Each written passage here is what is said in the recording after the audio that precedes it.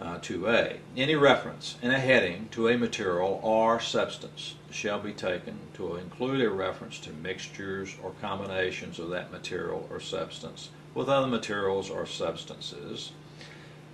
Any reference to goods of a given material or substance shall be taken to include a reference to goods consisting of more than one material or substance. The classification of goods consisting of more than one material or substance shall be according to the principles of Rule 3.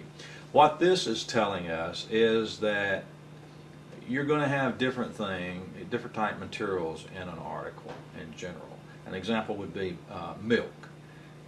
That could contain vitamins, added vitamins, or you could have horsehair and horsehair waste, and that could be mixed with other hair, even though it would be referred to as horsehair and horsehair waste. These are mixtures, and there are other ingredients in these products, and that's what General Rule of Interpretation 2B is talking about. And so what this really does, it allows us, or allows the heading to be expanded to include materials or substances to be mixed in with the material or substance of the heading. It expands the heading to include mixtures.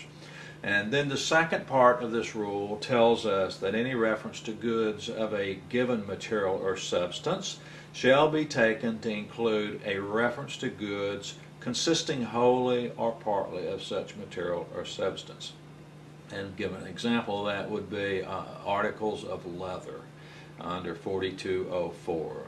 That is essentially leather. Articles of natural cork, 4503. They can be entirely of leather, they can be entirely of cork, or partly of such material or substance. Again, we would be looking at essential character and helping us make that determination of whether the article is leather or if the article is cork. At any rate, General Note 2B allows us to expand headings to include ingredients that are not necessarily mentioned, such as in the example of milk. Then the third part of General Rule 2B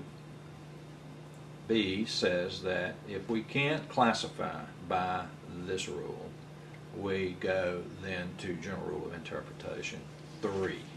And General Interpretation, Rule of Interpretation 3 says that when by application of Rule 2B, mixtures, or for any other reason, two or more headings, goods are prima facie classifiable under two or more headings, classification shall be effected as follows.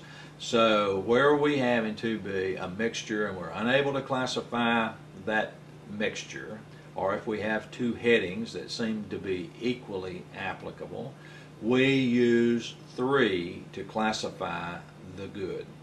Now, 3 is divided into parts. 3A, and it says the heading which provides the most specific description shall be preferred to headings providing a more general description.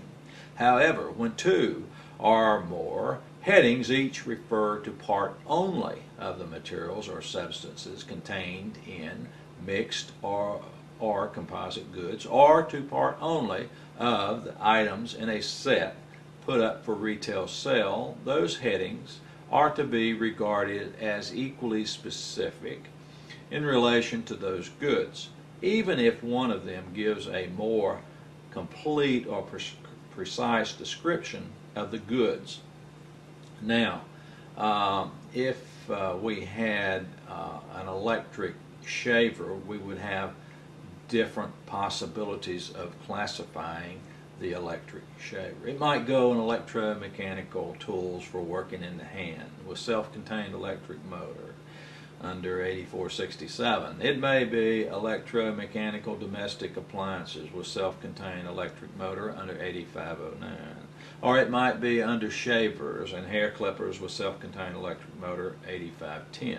Well, the answer on that, given those 3 choices of different headings, would be 8510. It's named in the tariff, and it is more specific. If you read the heading, it identifies in 8510 shavers, hair clippers, and hair removing appliances with self-contained electric motor. So that's an example of competing headings, and we go with specificity, and that heading 8510 is more specific than the more general headings covering the particular item.